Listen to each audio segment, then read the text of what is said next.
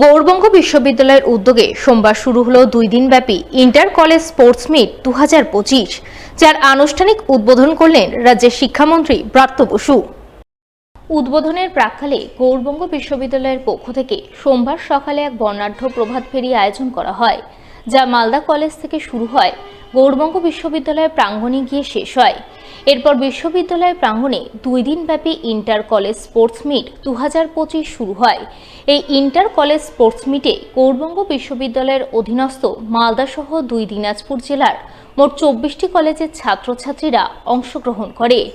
গৌড়বঙ্গ বিশ্ববিদ্যালয় inter college sports meet প্রদীপ প্রজ্বলন করে balloon উড়িয়ে আনুষ্ঠানিক উদ্বোধন করেন রাজ্যের শিক্ষামন্ত্রী ব্রাত্য বসু। এছাড়া উপস্থিত ছিলেন রাজ্যের 2 প্রতিমন্ত্রী সাবিনা ইয়াসমিন ও তাজমুল হোসেন।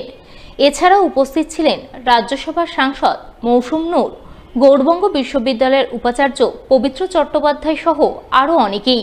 তাদের উপস্থিতিতেই প্রথম দিন বিভিন্ন ইভেন্টে স্পোর্টস অনুষ্ঠিত হয়। এতে বিভিন্ন কলেজের ছাত্রছাত্রী অংশগ্রহণ করে ময়দান মাতিয়ে তোলে।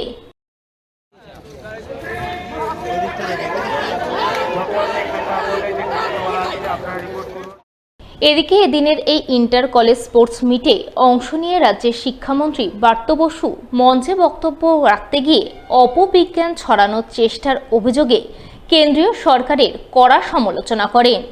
একই সঙ্গে বিশ্ববিদ্যালয়গুলির উন্নতিতে রাজ্যের ভূমিকা তুলে ধরে রাজ্যের মুখ্যমন্ত্রী মমতা বন্দ্যোপাধ্যায়ের প্রশংসা করেন। আমরা দেখতে পাচ্ছি পরিষ্কার বলা হচ্ছে যে পুষ্পক রথ হচ্ছে প্রাচীন এরোপ্লেন, গরুর পাখিকে বলতে পারে হয়তো হেলিকপ্টার।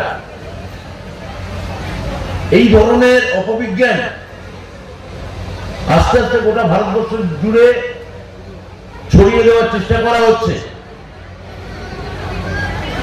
রাম সেতু আবিষ্কার করার চেষ্টা করা হচ্ছে,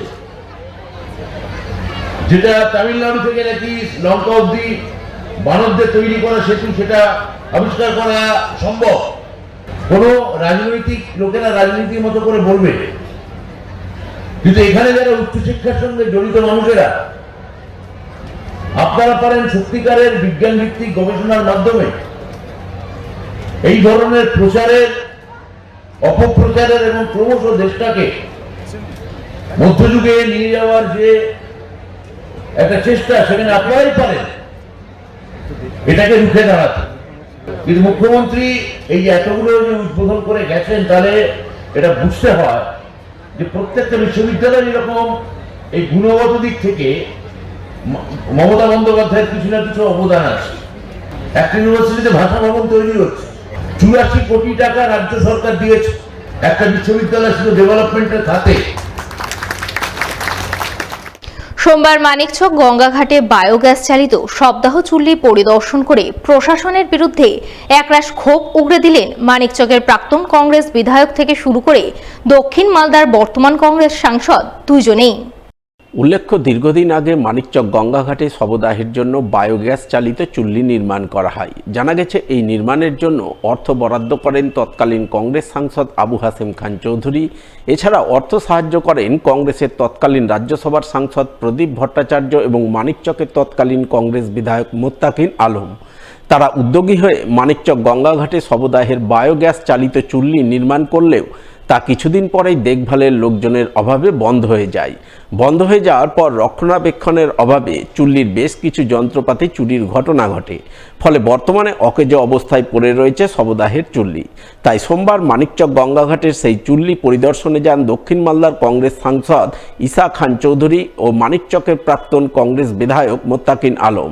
তারা সব দেখে শুনে সংবাদ মাধ্যমের মুখোমুখি হয়ে অভিযোগ করে বলেন, প্রশাসনিক উদ্যোগের অভাবেই চুল্লিটি অকেজো হয়ে পড়ে রয়েছে। তারা বারবার প্রশাসনের কাছে বায়োগ্যাস চালিত চুল্লি দেখভাল ও চালনার জন্য 2 জন কর্মী নিয়োগের আবেদন জানিয়েছেন, কিন্তু প্রশাসন এখনও সেই আবেদনে সাড়া দেয়নি। বিষয়টি ফের তারা প্রশাসনের গোচরে তুলে ধরবেন। এতে কাজ না হলে আগামী দিনে আন্দোলনে নামতে বাধ্য হবেন। আমি যতদিন এমএলএ ছিলাম এটা ঠিকভাবেই চলছিল। যেদিন আমরা ওপেনিং করি সেদিন আমরা এখানে দাঁড়িয়ে আমি নিজে থেকেই বডি দাহ করেছি। প্রায় 50-60খানা বডি এখানে দাহ হয়েছে।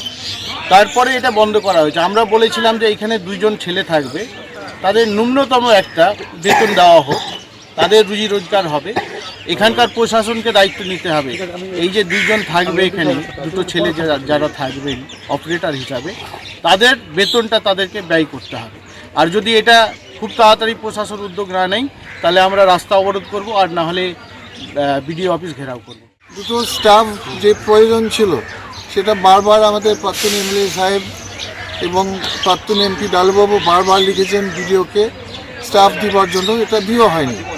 আর সবাই জানে এখানে শ্মশান ঘাট যে আছে এটা সবচেয়ে গুরুত্বপূর্ণ শ্মশান ঘাট এই রিজনে, কারণ শুধু মানিকচাকের লোকরা এটা ব্যবহার করে না, এটা রতুয়ার মানুষ, এটা হরিশ্চন্দ্রের মানুষ এখানে এসে এখানে ডেড বডিকে